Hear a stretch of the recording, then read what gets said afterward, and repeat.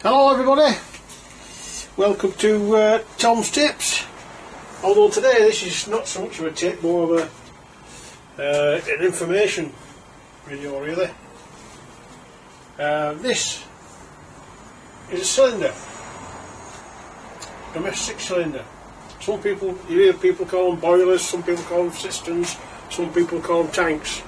The real name is a domestic hot water cylinder, because this is where the heating of your water takes place inside here. Now it's made up of three parts really: the top, the bottom and the middle. The top and the bottom are fabricated in a different way. I don't know whether you'll be able to see that. This is a spun component, and this is a spun component. You can tell that we've got very fine little lines that you might not be able to pick up, but these take my word for it there. And the reason for that is they give me strength. If it was just made of all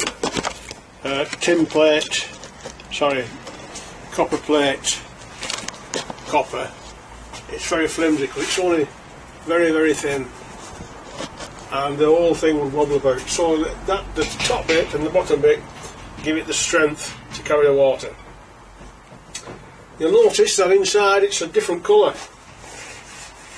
That's only because this has been installed for about 15 years and it's had 15 years of water running through it, whereas the outside has been protected by a foam which I've took off, and that's shiny. If the foam hadn't been there, the colour would be the same, or near enough to the same. You'll notice inside as well, I'll run my finger through there, there's a little bit of I don't know what it is. It's nothing dangerous, although it's never a good idea to drink hot water. Right, there's two ways of eating it. There's the element inside here, which I don't know if you can see or not. There's the immersion element. Right, that's one way of eating it, but that's through electricity. The electric goes in the top, heats it up. The disadvantage is that only goes to that level. So it heats the water to that level. The hot water rises, knocks the thermostat off, so any water below that doesn't get any heat. So you're only getting like 2/3 when this cylinder heats up.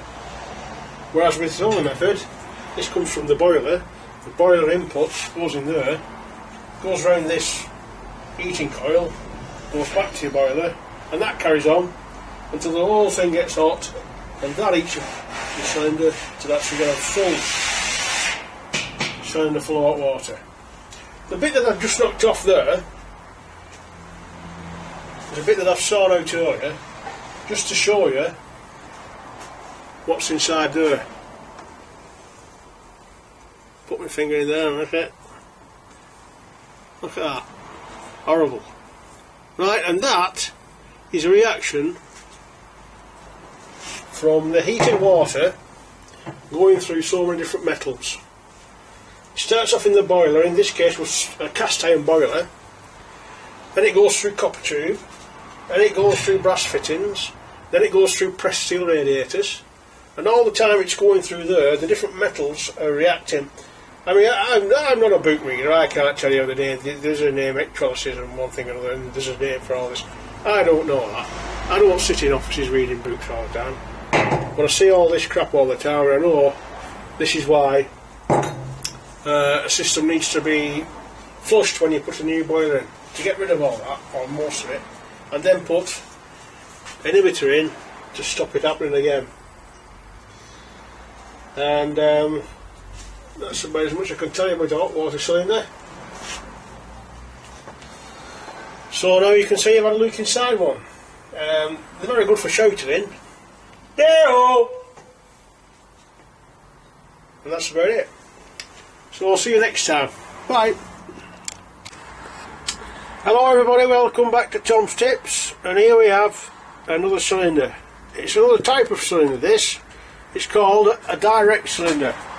That's because the water that's coming in here they're coming direct from a back boiler. You'll probably not see any of these, or very few, where the boiler is just a square box in the back of the solid fuel fire, and it heats up the water.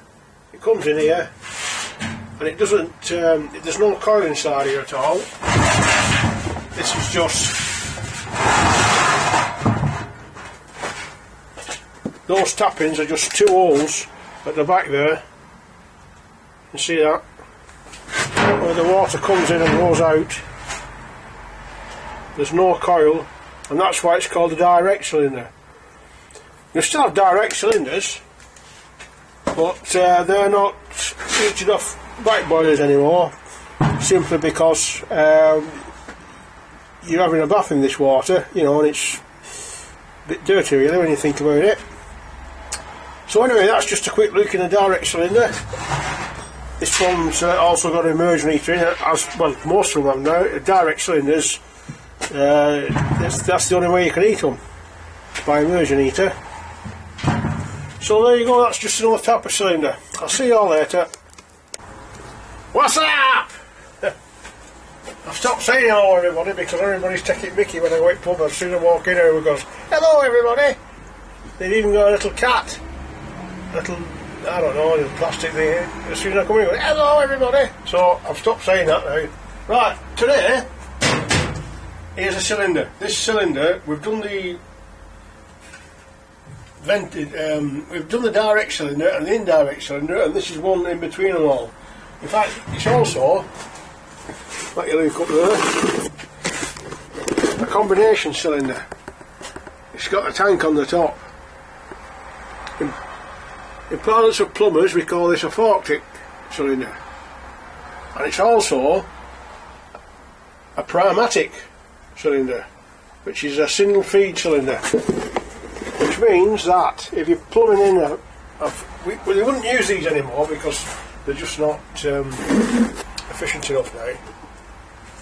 Well, in the days when they were put in, it was easy for the plumber because he'd no tanks. He hadn't got a coal field tank and he hadn't got an expansion tank. They're all built in. And we're taking more out now than we don't put them in at all. But when you do take them out, you've got to be aware that if you drain down from the trucks here, there's still a bucket full of water in here that can't get away.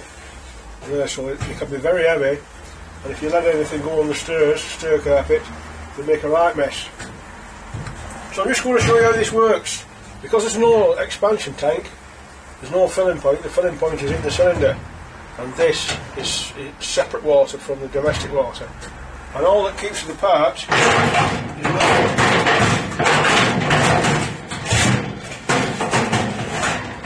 I've cut that hole in, by the way. They don't come with that hole cut in the side.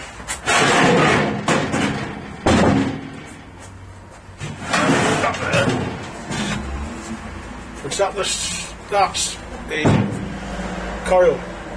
In an indirect cylinder, that will be a coil, but this is like a replacement of it. The water gets in from the bottom, that little hole there, and then this forms a bubble that keeps the waters apart.